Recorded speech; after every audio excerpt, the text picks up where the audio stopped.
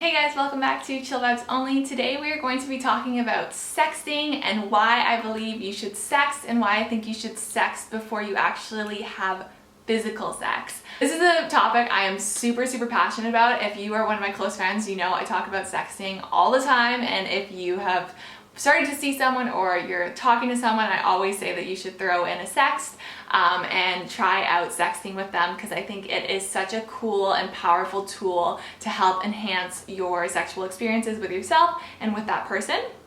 So today I'm just going to be talking about some of the benefits of why I believe sexting is really awesome and why I think everyone should do it, especially before you actually engage in sex in the bedroom. So some of the benefits that I find with sexting is, well, first, right now, we're in the state of a pandemic. If you're watching this, it is August 2020, still a global pandemic in the world right now. So be safe if you're having sex. Definitely don't go hooking up with a bunch of people. We want to keep our bubble still super small. And one way that you can still enjoy sexual experiences and kind of getting intimate with someone is through sexting and virtual sex. Obviously consensual sexting and consensual virtual sex. But it just is a nice way to also safely explore that sexual experience with another person. So aside from that though, I think sexting is awesome because it helps you open up the floor, first just to kind of talk to each other about what type of sexual experience you're looking for. Oftentimes we're so in our heads and we can like pre-plan out what we think a sexual experience is going to be like, and then we get to that experience and it's nothing like we thought because we never actually properly communicated that to the person.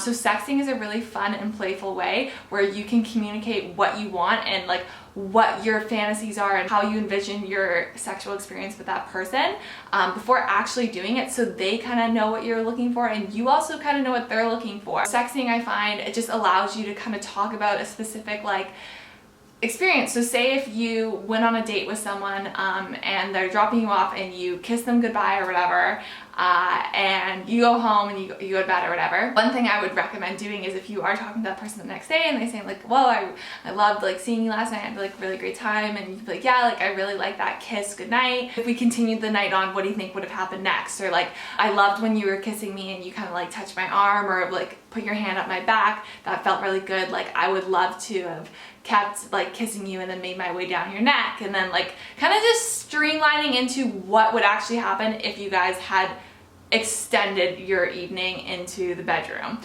So that's usually how I start my sex. I will like kind of first broach the topic. If someone's like really not that into it, you can kind of tell them. They might just say, hey, you know, I'm not super comfortable with this, and that's totally fine. But if they are, like, I think it's a great way to just kind of experience and talk about what you would like to have happen and where you want to be touched and what types of sexual activities you want to take part in with that person and see what they also are liking. So if you do ever actually have sex with them in real physical life, you kind of have this roadmap that you've already pre-talked about or planned out, and you've kind of already gone over these ideas and experiences verbally, so that when you do them physically, you're kind of on the same page.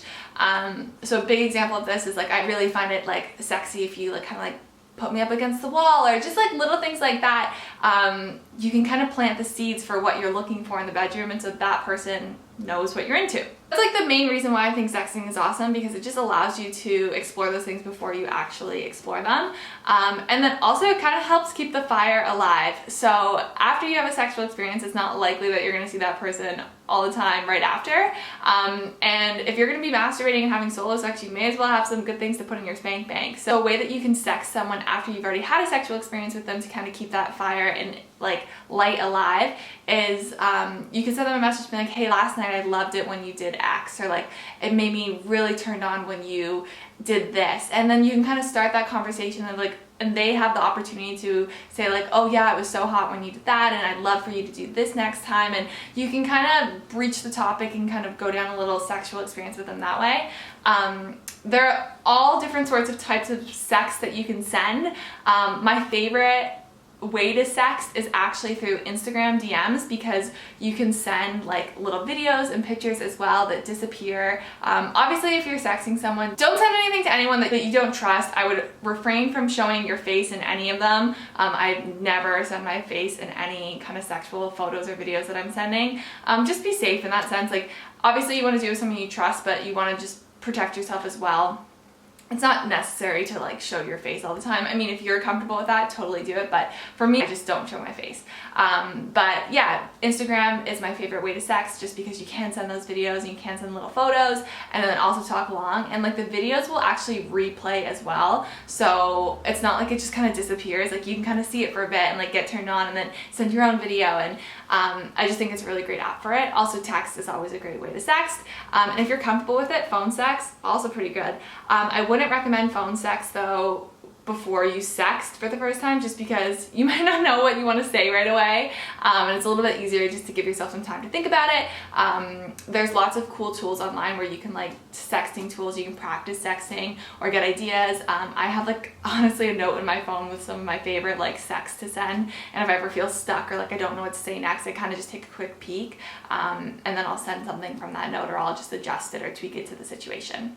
But yeah, I love sexting. I think everybody should sext. I think it's like a really fun way to explore a sexual experience with someone from the comfort of your home and in a safe, inclusive space, and you don't have to worry about any of the other things that go along with sex, like pregnancy or STDs or STIs or anything like that. It's just a fun way to have an orgasm with someone without actually being with them. So let me know if you guys found this video helpful. Let me know if you guys sext or if you've never sexted before, if you want to try sexting now, if you have any questions about it. I'm always open and happy to talk about it.